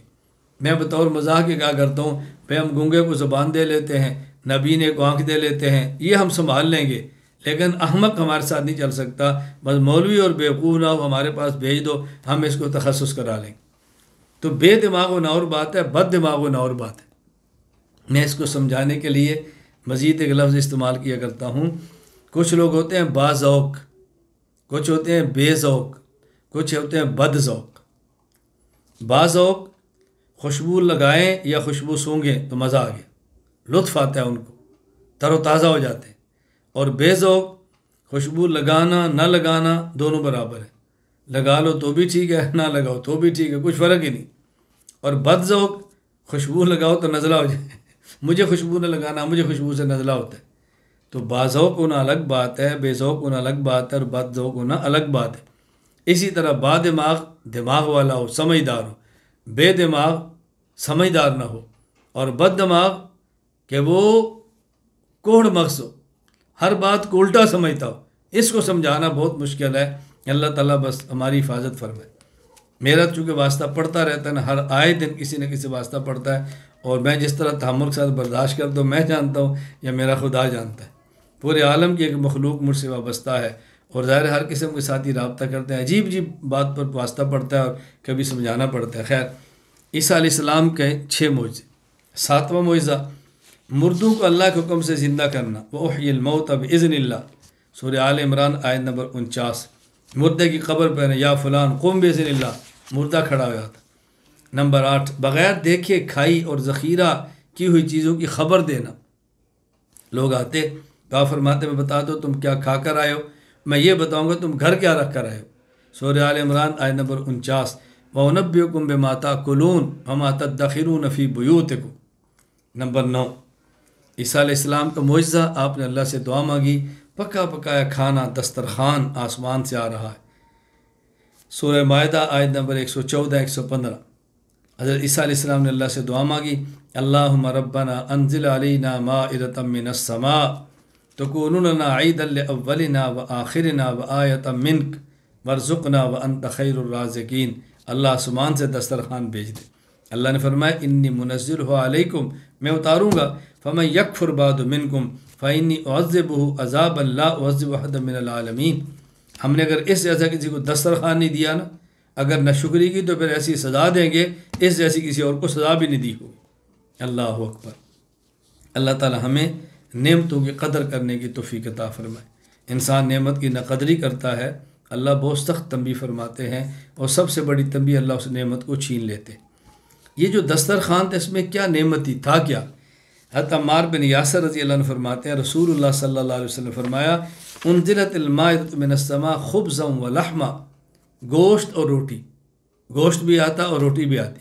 یہ حدیث جامع ترمذی حدیث نمبر 3061 ہے۔ گوشت اور روٹی، حکم یہ تھا کہ تم نے خیانت بھی نہیں کرنی، ذخیرہ بھی نہیں کرنا۔ یہ خیانت بھی کرتے اور کل تک بھی رکھ بھی لیتے، حالانکہ دسترخوان اترنا ہوتا تھا۔ نتیجہ کیا نکلا؟ فَمُسِخُوا قِرَدَةً وَخَنَازِيرَ، ان کو بدترین بندر اور خنزیر بنا دیا گیا، ان کی شکلوں کو مسخ کر دیا گیا کہ ان لوگوں نے کیا جرم کیا۔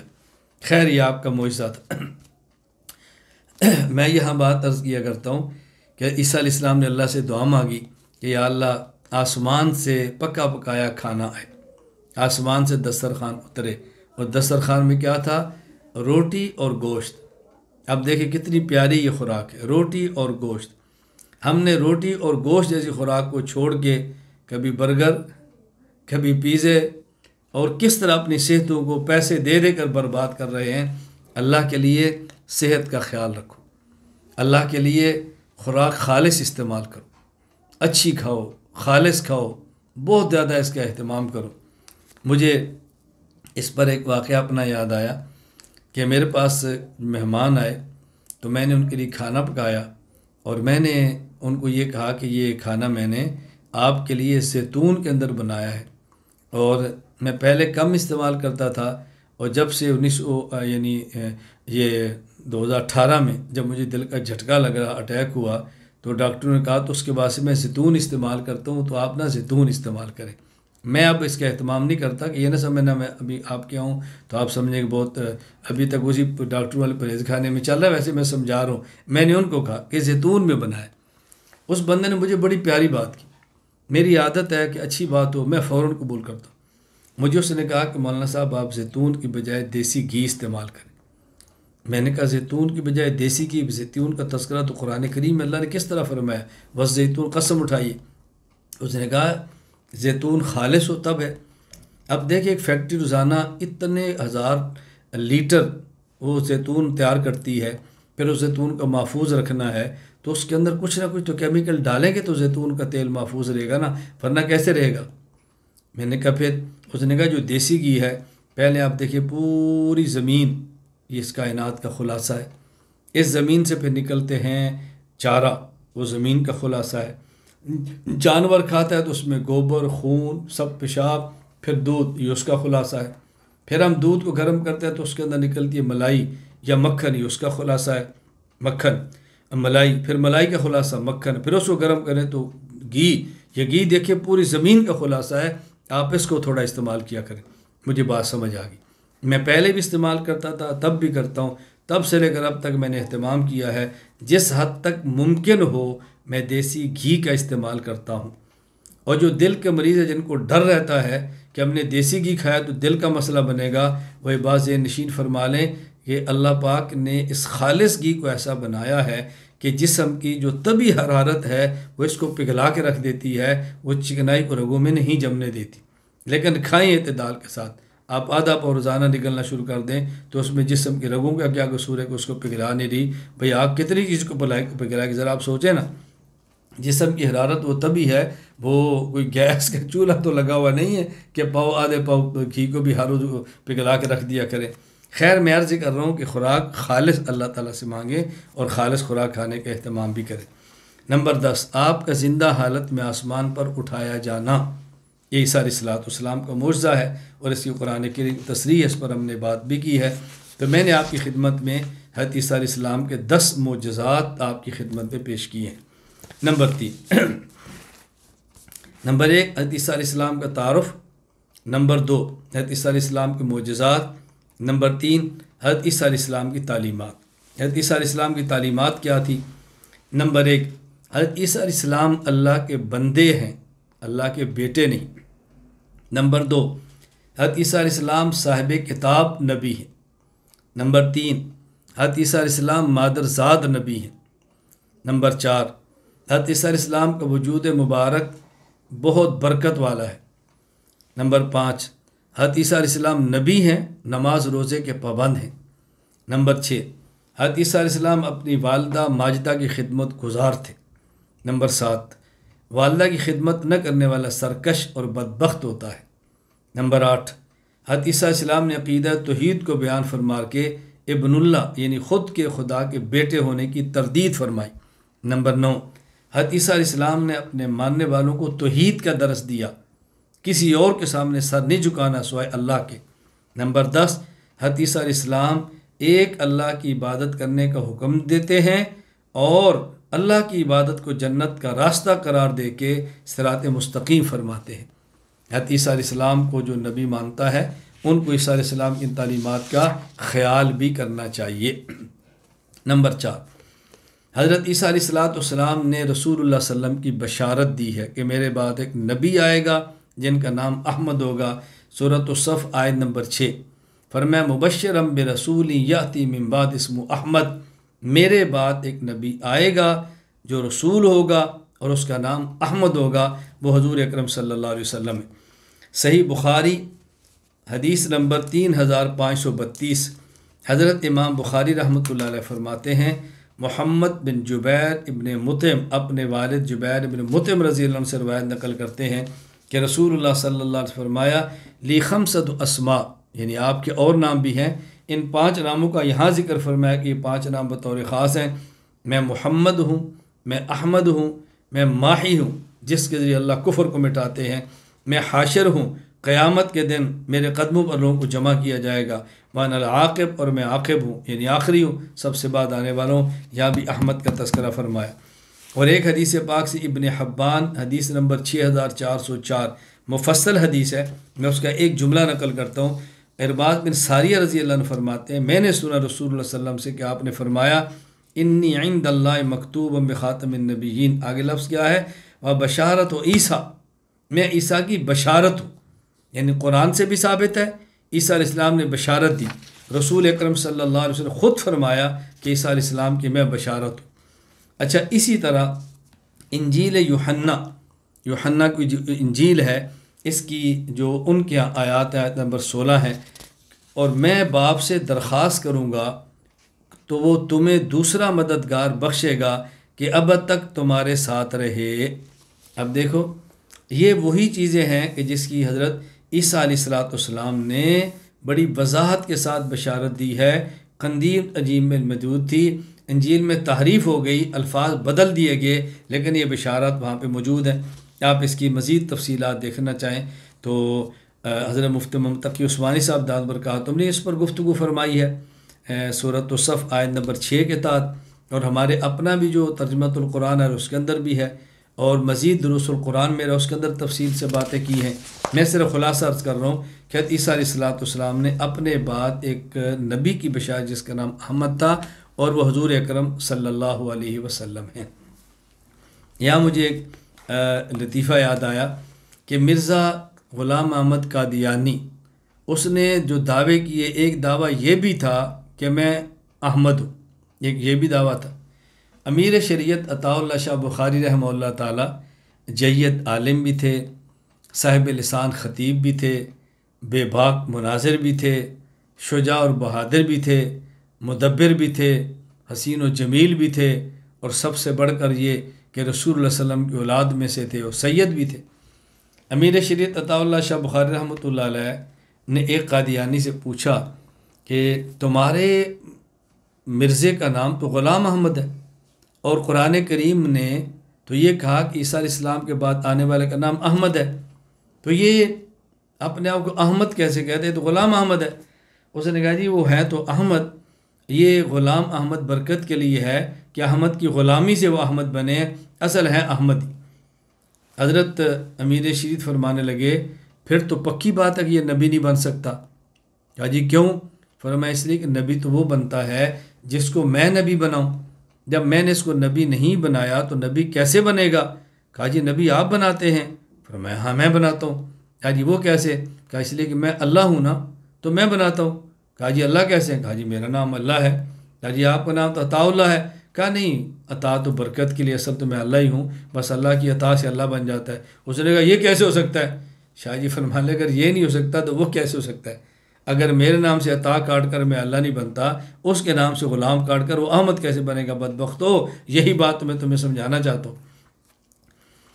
نمبر 5، قرب قیامت عیسیٰ علیہ السلام کا نزول. توجہ رکھیں ذرا. میں نے عرض کیا نمبر 1 عیسیٰ علیہ السلام کا تعارف، نمبر 2 آپ کے معجزات، نمبر 3 آپ کی تعلیمات، نمبر 4 بشارت، نمبر 5 قرب قیامت عیسیٰ علیہ السلام کا نازل ہونا. اس کا خلاصہ کیا ہے؟ حضرت عیسیٰ علیہ السلام قیامت کے قریب دوسرے آسمان سے نازل ہوں گے. دجال اس وقت نکل چکا ہوگا. امام مہدی دمشق کی جامع مسجد میں نماز فجر کے لیے تیاری میں ہوں گے. اسی دوران حضرت عیسیٰ علیہ السلام آسمان سے جامع مسجد کے مشرقی مینار پر 2 فرشتوں کے پروں پر ہاتھ رکھے ہوئے نازل ہوں گے، اور نماز سے فراغت کے بعد امام مہدی کی معیت میں دجال پر چڑھائی کریں گے، اور نماز امام مہدی کے پیچھے ادا کریں گے. حضرت عیسیٰ علیہ السلام کے سانس میں یہ تاثیر ہوگی، کافر اس کی تاب نہ لا سکے گا. جہاں تک حضرت عیسیٰ علیہ السلام کی نظر جائے گی وہاں تک آپ کا سانس پہنچے گا. اس سانس کے پہنچتی کافر مرتے جائیں گے. دجال حضرت عیسیٰ علیہ السلام کو دیکھتی ایسا پگھلنے لگے گا جیسے نمک پانی میں پگھل جاتا ہے. حضرت عیسیٰ علیہ السلام دجال کا تعاقب کریں گے اور باب لد پر جا کر اس کو اپنے نیزہ سے قتل کریں گے اور اس کا خون مسلمانوں کو دکھائیں گے. اس کے بعد لشکر اسلام دجال کے لشکر کا مقابلہ کرے گا.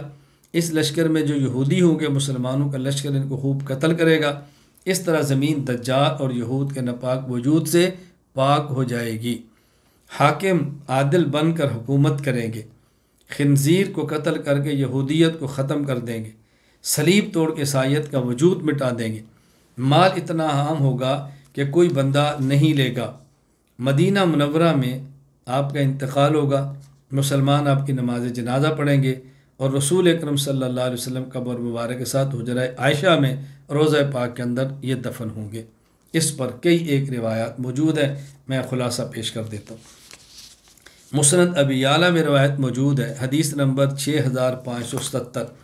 حضرت ابو ہریرہ رضی اللہ تعالیٰ عنہ فرماتے ہیں، میں نے رسول اللہ صلی اللہ علیہ وسلم سے سنا کہ آپ فرماتے تھے، والذی نفس ابی القاسم بیدہ، قسم اس ذات کی جس کے قبضہ قدرت میں ابو القاسم کی جان ہے، لینزلن عیسیٰ بن مریم، عیسیٰ بن مریم نازل ہوں گے، امام مقسطا و حکما عادلا، حاکم امام عادل بن کے، فلیکسرن الصلیب، صلیب کو توڑ دیں گے، عیسائیت ختم، ولیقتلن الخنزیر، خنزیر کو مار دیں گے، یہودیت کا جنازہ، ولیصلحن ذات البین، لوگوں کے درمیان صلح کروائیں گے، ولیذهبن الشحناء، بغض اور کینے کو ختم کر دیں گے، ولیعرضن علیہ المال فلا يقبلہ، مال اتنا عام ہوگا کسی کو بھی دیں گے کوئی لے گا نہیں، ثم لئن قام علی قبری فقال یا محمد لاجیبنہ، پھر اس کے بعد جب میری قبر پر آئیں گے یا محمد کہیں گے تو میں ان کو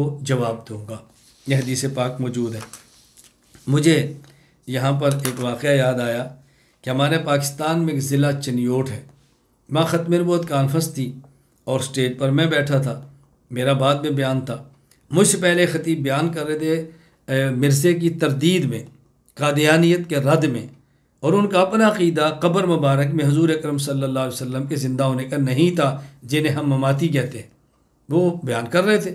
ان نے اس حدیث پاک کو پڑھا کہ دیکھیں جی مرزا غلام احمد قادیانی یہ جھوٹا دعویٰ کرتا ہے کہ وہ عیسیٰ ہیں، کیونکہ عیسیٰ علیہ السلام کے لیے اللہ پاک کے نبی نے کچھ علامات بیان فرمائی ہیں، کوئی قادیانی ملو تو اس سے پوچھو یہ علامات ہیں۔ نمبر 1، عیسیٰ علیہ السلام آسمان سے نازل ہوں گے، یہ پیدا ہوا ہے۔ نمبر 2، عیسیٰ علیہ السلام حاکم عادل ہوں گے، یہ حاکم بنا ہی نہیں۔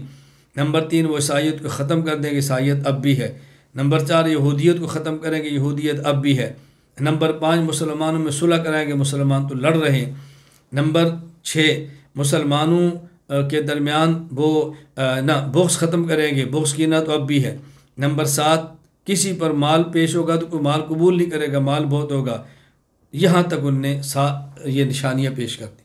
اس کے بعد میرا بیان تھا، میں نے کہا مجھ سے قبل مولانا صاحب نے حضرت عیسیٰ علیہ السلام کے بارے میں 7 علامات بتائی ہیں کہ جو مرزا غلام احمد قادیانی میں نہیں ہے۔ میں نے کہا ایک اور بھی ہے، اسی حدیث میں ہے، اس کا تذکرہ کیوں نہیں کیا؟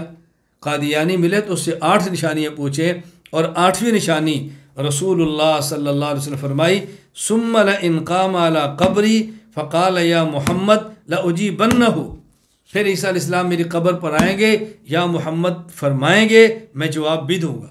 یہ کیوں بیان نہیں کی؟ یہ بھی بیان کرو نا۔ اگر یہ قادیانیت کے خلاف ہے، یہ مماتیت کے بھی خلاف ہے، یہ مماتیت کے بھی خلاف ہے نا یہ نشانی۔ عیسیٰ علیہ السلام رسول اللہ علیہ وسلم قبر پر آ کے یا محمد فرمائیں گے، آپ ان کو جواب دیں گے۔ اگر یہ نشانی قادیانیوں کے اندر نہیں ہے تو یہ نشانی تو مماتیت کے عقیدے کے بھی خلاف ہے، تو دونوں کے خلاف اس کا ذکر بھی کرو، اس کو آپ نے کیوں چھوڑ دیا؟ اسی طرح مسند احمد حدیث نمبر 9270 ہے۔ حضرت ابو ہریرہ رضی اللہ تعالیٰ عنہ فرماتے ہیں کہ رسول اللہ صلی اللہ علیہ وسلم فرمایا، الانبیاء اخوۃ لعلات امہاتہم شتیٰ ودین واحد، تمام انبیاء اللاتی بھائی ہیں، یعنی ان کی مائیں مختلف ہیں، احکام الگ الگ ہیں، اور دین ایک ہے، اصول اور قاعدے سب کے ایک ہے۔ آگے فرمایا کہ وَأَنَا أَوْلَى النَّاسِ بِعِيسَىٰ بْنِ مَرْيَمَ لِأَنَّهُ لَمْ يَكُنْ بَيْنِي وَبَيْنَهُ نَبِيٌّ، میں سب سے عیسیٰ علیہ السلام کے قریب ہوں کہ میرے ان کے درمیان کو اور نبی نہیں۔ وَإِنَّهُ نَازِلٌ فَإِذَا رَأَيْتُمُوهُ فَاعْرِفُوهُ رَجُلًا مَرْفُوعًا، آپ نے علامات بیان کی کہ السلام کی نشانیاں کیا ہیں؟ رَجُلًا مَرْفُوعًا إِلَى الْحُمْرَةِ وَالْبَيَاضِ، حضرت عیسیٰ علیہ السلام کو تم پہچاننا، ان کا درمیانہ قد ہوگا، رنگ ان کا سرخی اور سفیدی کے درمیان ہوگا، علیہ ممسران، ان پر 2 داری دار چادریں ہوں گی، کان راس و یقدر و علم یصب بلل، ہاتھ لگائیں تو گرچہ پانی نہیں ہوگا لیکن ایسے قطرے جیسے ٹپک دیں یوں ان کا سر مبارک ہوگا۔ فیدق الصلیب، صلیب توڑ دیں گے۔ یقتل الخنزیر، خنزیر قتل کر دیں گے یعنی یہودیت ختم۔ ویضع الجزیہ، جزیہ نہیں ہوگا، یا اسلام یا اسلام قبول کرو یا جہاد کرو، یا اسلام یا جہاد، جزیہ نہیں ہوگا۔ ویدعو الناس الی الاسلام، اسلام کے لوگوں کو دعوت دیں گے۔ فیہلک اللہ فی زمان الملل کلہا الا الاسلام، تمام دین ان کے دور میں اللہ ختم فرما دیں گے سوائے اسلام کے۔ ویہلک اللہ فی زمان المسیح الدجال، دجال کو بھی اللہ ختم کرے گا ان کے زمانے میں۔ وتقع الامنۃ علی الارض، زمین پر اتنا امن ہوگا حتیٰ ترتع الاسود مع الابل، اللہ اکبر، شیر اور اونٹ اکٹھے چریں گے، شیر اور اونٹ اکٹھے پھریں گے۔ والنمار مع البقر، اور فرمایا کہ یہ چیتے اور گائے اکٹھی ہوں گی۔ والذئاب مع الغنم، بھیڑی اور بکریاں اکٹھی ہوں گی۔ ویلعب الصبیان بالحیات، بچے سانپوں کے ساتھ کھیلیں گے، کچھ نہیں ہوگا۔ لا تضرهم فیمکث 40 سنہ، عیسیٰ علیہ السلام 40 سال تک زندہ رہیں گے۔ ثم یتوفی، پھر آپ پر وفات آئے گی۔ ویصلی علیہ المسلمون، مسلمان آپ کی جنازہ کی نماز پڑھائیں گے عیسیٰ علیہ السلام۔ مشکات المصابیح حدیث نمبر 5508، حضرت عبداللہ بن عمر رضی اللہ تعالیٰ عنہ فرماتے ہیں رسول اللہ صلی اللہ علیہ وسلم نے فرمایا ینزل عیسیٰ ابن مریم الی الارض فیتزوج، آپ نازل ہوں گے، آپ شادی فرمائیں گے۔ ویولد لہ، اولاد ہوگی۔ ویمکث 45 سنہ، 45 سال رہیں گے۔ ثم یموت، پھر آپ کی وفات ہوگی۔ فیدفن معی فی قبری، پھر میری قبر میں میرے ساتھ یعنی میرے ساتھ دفن ہوں گے، میری قبر میں یعنی میری قبر کے ساتھ میرے روضے میں۔ فاقوم انا وعیسیٰ بن مریم فی قبر واحد بین ابی بکر و عمر، میں اور عیسیٰ قیامت کے دن ابو بکر عمر کے ساتھ ہم کھڑے ہوں گے۔ اللہ اکبر۔ یہاں میں نے جو بیان کیا ہے عیسیٰ علیہ السلام نازل ہوں گے، وفات ہوگی، یا ایک حدیث یعنی ایک بات ہے جو اپنی بڑی اہمیت سے آپ نے سمجھنی ہے، وہ کیا کہ بعض احادیث میں آتا ہے کہ عیسیٰ علیہ السلام 7 سال رہیں گے، بعض میں ہے کہ آپ 40 سال رہیں گے، اور بعض میں ہے کہ آپ 45 سال رہیں گے۔ بظاہر احادیث میں تعارض ہے۔ مثلا صحیح مسلم حدیث نمبر 2940، حضرت امام ابو الحسن مسلم بن حجاج وفات 261 ہجری رحمۃ اللہ علیہ فرماتے ہیں حدیث ثم یمکث الناس 7 سنین، آپ لوگوں میں 7 سال رہیں گے۔ اچھا، امام ابو عبداللہ احمد بن حنبل رحمہ اللہ وفات 241 ہجری مسند احمد حدیث نمبر 9270، فیمکث 40 سنہ، 40 سال رہیں گے۔ اچھا، مشکات المصابیح حدیث نمبر 5508، امام ولی الدین ابو عبداللہ محمد بن عبداللہ خطیب رحمہ اللہ وفات 740 ہجری، علامہ ابن جوزی کتاب الوفا کے حوالے سے نقل کرتے ہیں ویمکث 45 سنہ، 45 سال رہیں گے۔ اب ایک 7 سال، نمبر 2 40 سال، اور نمبر 3 45 سال۔ اب سوال یہ ہے کہ ان میں سے روایت کون سی درست ہے؟ بظاہر تعارض ہے۔ یہ بات ذہن نشین فرما لیں کہ حضرت عیسیٰ علیہ السلام اس دنیا میں 40 سال تک رہیں گے، 45 سال والی روایت درست نہیں ہے، 40 سال تک آپ رہیں گے۔ اس کی تصریح کی ہے ملا علی بن سلطان محمد القاری الحروی رحمہ اللہ، وفات 1014 ہجری، مرقات المفاتی شرح مشکات المصابیح میں فرماتے ہیں فیتزوج ویولد لہ ویمکث 45 سنہ۔ آگے فرماتے ہیں ھذا بظاہری یخالف قول من قال ان عیسیٰ رفع به الی السماء وعمر 33 ویمکث فی الارض بعد نزول 7 سنین فیکون مجموع العدد 40، لكن حدیث مکث 7 رواه مسلم فیتعین الجمع بما ذکر او ترجیح ما فی الصحیح ولعل عدد الخمس ساقط من الاعتبار۔ یا تو 45 والی روایت ٹھیک نہیں ہے، اور یا اگر روایت ٹھیک بھی مان لیں تو وہ کسر ہے جس کو ختم کر دیا گیا ہے، اصل 40 ہی ہے۔ اور اسی طرح امام الاثر علامہ سید محمد انور شاہ کشمیر رحمہ اللہ وفات 1352 ہجری، سنن ابی داؤد اور صحیح مسلم کی روایت میں تطبیق دیتے ہوئے یوں فرماتے ہیں فیض الباری لا صحیح البخاری واما مقصود علیہ الصلوۃ والسلام بعد نزول فالثواب عندی فی 40 سنہ، میرے ہاں 40 سال درست روایت ہے۔ فیمکث فی الارض 40 سنہ ثم توفى فیصلی علیہ المسلمون واما ما توہمہ روایت مسلم انه يمكث في الارض 7 سنين فمدت مکثی مع الامام المہدی۔ خلاصہ کیا ہے؟ 40 سال میں روایت درست ہے، 45 سال والی درست نہیں۔ اب رہ گیا 7 اور 40، اس میں فرق یہ ہے کہ حضرت عیسیٰ علیہ السلام حضرت مہدی کے ساتھ 7 سال تک رہیں گے۔ حضرت عیسیٰ علیہ السلام 7 سال تک حضرت مہدی کے ساتھ رہیں گے، اس زمانے کو 7 سال فرمایا، ورنہ جو آپ کا مدت ہوگی زمین پہ رہنے کی وہ 40 سال ہوگی۔ نمبر 1 آپ کا تعارف، نمبر 2 معجزات، نمبر 3 تعلیمات، نمبر 4 آپ کی طرف سے بشارت، نمبر 5 قرب قیامت کا نزول، نمبر 6 حضرت عیسیٰ علیہ السلام کے بارے میں ہمارے معتقدات، ہمارے نظریات کیا ہے۔ توجہ رکھنا، حضرت عیسیٰ علیہ السلام کے بارے میں اہل اسلام کے نظریات یہ ہیں۔ نمبر 1 آپ بغیر باپ کے فقط اپنی والدہ کے پیٹ سے پیدا ہوئے۔ نمبر 2 آپ اللہ کے بندے، اللہ کے رسول ہیں، خدا نہیں۔ نمبر 3 آپ علیہ السلام کو اللہ نے زندہ آسمان پر اٹھا لیا۔ نمبر 4 قیامت کے قریب عیسیٰ علیہ السلام آسمان سے پھر نازل ہوں گے۔ نمبر 5 وہ خلافت کا نظام قائم کریں گے۔ نمبر 6 حضرت عیسیٰ علیہ السلام اس کے بعد مدینہ منورہ آپ کی وفات ہوگی۔ نمبر 7 مدینہ منورہ میں رسول اللہ صلی اللہ علیہ وسلم کے روضہ مبارک میں آپ دفن ہوں گے اور وہیں سے اللہ کے نبی کے ساتھ قیامت کے دن وہ اٹھائے جائیں گے۔ یہ عیسیٰ علیہ السلام ہمارے نظریات ہیں، اس کو اچھی طرح ذہن نشین فرما لیں۔ اب چند ایک اشکالات اور ان کے جوابات سے مات فرمائیں۔ چند ایک اشکالات۔ پہلا اشکال کیا ہے؟ ہمارا نظریہ ہے کہ عیسیٰ علیہ السلام کو اللہ تعالیٰ نے زندہ آسمان پر اٹھایا۔ بعض لوگ کہتے ہیں کہ قرآن کریم کی آیت سے ثابت ہوتا ہے کہ عیسیٰ علیہ السلام کی پہلے وفات آئی اور پھر آپ کو اٹھایا۔ دلیل اذ قال اللہ یا عیسیٰ انی متوفیک ورافعک الی ومطہرک۔ اللہ نے فرمایا اے عیسیٰ انی متوفیک ورافعک۔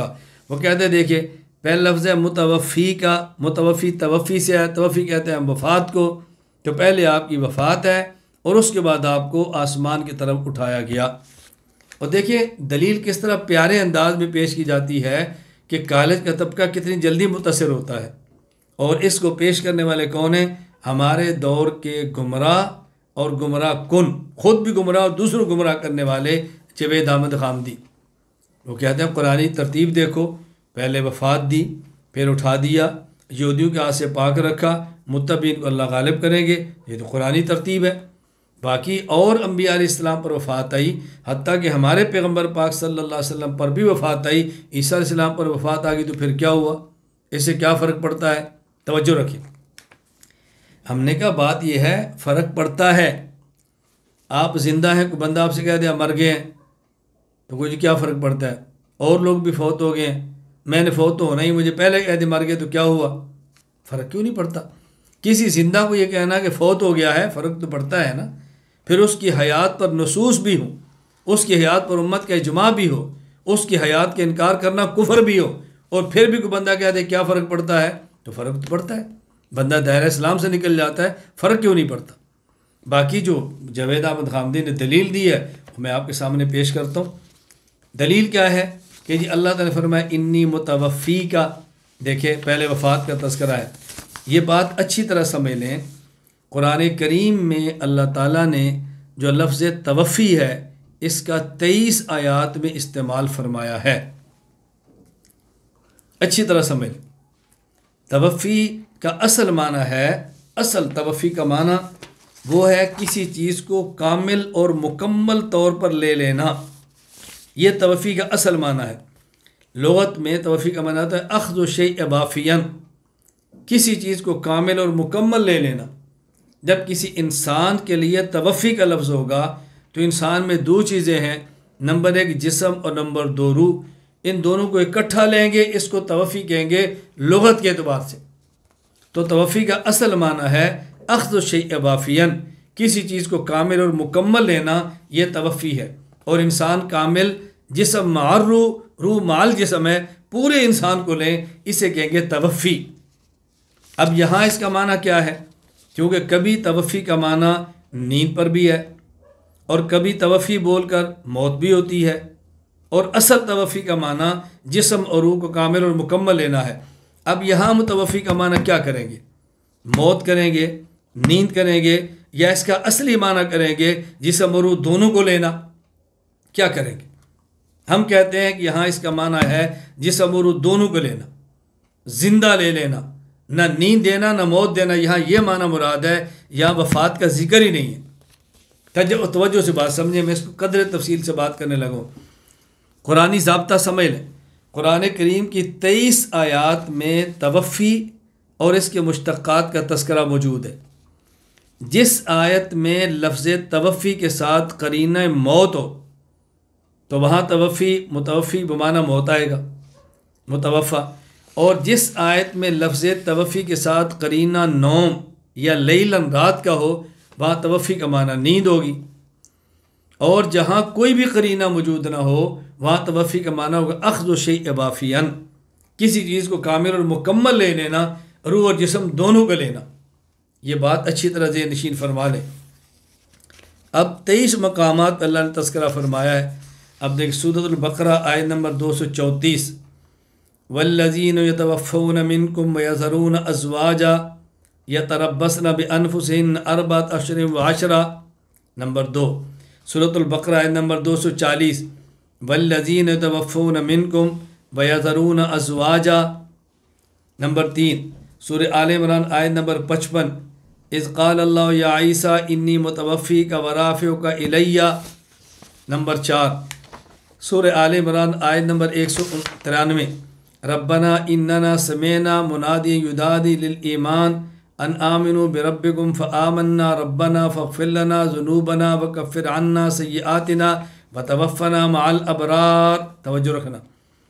نمبر 5، سورۃ النساء آیت نمبر 15، واللاتی یاتین الفاحشۃ من نسائکم فاستشہدوا علیہن اربعۃ منکم فإن شہدوا فامسکوہن فی البیوت حتی یتوفاہن الموت، نمبر 6۔ سورۃ النساء آیت نمبر 97، ان الذین توفاہم الملائکۃ ظالمی انفسہم قالوا فیم کنتم قالوا کنا مستضعفین فی الارض، نمبر 7۔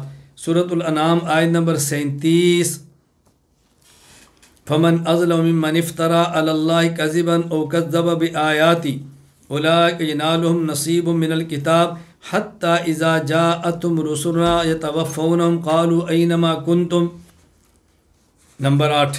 سورۃ الانعام آیت نمبر 60، وهو الذی یتوفاکم باللیل، نمبر 9۔ سورۃ الانعام آیت نمبر 61، وهو القاہر فوق عبادی ویرسل علیکم حفظا حتی اذا جاء احدکم الموت توفته رسلنا، سورۃ الاعراف آیت نمبر 126، نمبر 10، وما تنقم منا الا ان آمنا بآیات ربنا لما جاءتنا ربنا افرغ علینا صبرا وتوفنا مسلمین، 11۔ سورۃ الانفال آیت نمبر 50، فلو تری اذ یتوفی الذین کفروا الملائکہ، نمبر 12۔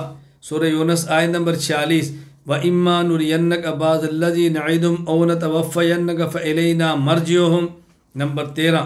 سورہ یونس آیت نمبر 104، قُلْ يَا أَيُّهَا النَّاسُ إِن كُنتُمْ فِي شَكٍّ مِّن دِينِي فَلَا أَعْبُدُ الَّذِينَ تَعْبُدُونَ مِن دُونِ اللَّهِ وَلَكِنْ أَعْبُدُ اللَّهَ الَّذِي يَتَوَفَّاكُمْ، نمبر 14۔ سورہ یوسف آیت نمبر 101، رب قد آتیتنی من الملک وعلمتنی من تأویل الاحادیث فاطر السماوات والارض انت ولی فی الدنیا والآخرہ توفنی مسلما، 15۔ سورۃ الرعد آیت نمبر 40، وَإِمَّا نُرِيَنَّكَ بَعْضَ الَّذِي نَعِدُهُمْ أَوْ نَتَوَفَّيَنَّكَ، نمبر 16۔ سورۃ النحل آیت نمبر 28، الَّذِينَ تَتَوَفَّاهُمُ الْمَلَائِكَةُ ظَالِمِي أَنفُسِهِمْ، 17۔ سورۃ النحل آیت نمبر 70، وَاللَّهُ خَلَقَكُمْ ثُمَّ يَتَوَفَّاكُمْ، سورۃ نمبر 18۔ سورۃ الحج آیت نمبر 5، یا ایہا الناس ان کنتم فی ریب من البعث فإنا خلقناکم من تراب ثم من نطفہ ثم من علقۃ ثم من مضغۃ مخلقۃ وغیر مخلقۃ لنبین لکم ونقر فی الارحام ما نشاء الی اجل مسمى ثم نخرجکم طفلا ثم لتبلغوا اشدکم ومنکم من یتوفی، نمبر 19۔ سورہ الف لام میم سجدہ آیت نمبر 11، قل یتوفاکم ملک الموت، نمبر 20۔ سورۃ الزمر آیت نمبر 42، اللہ یتوفی الانفس حین موتہا، نمبر 21۔ سورۃ الغافر آیت نمبر 67، هو الذی خلقکم من تراب ثم من نطفہ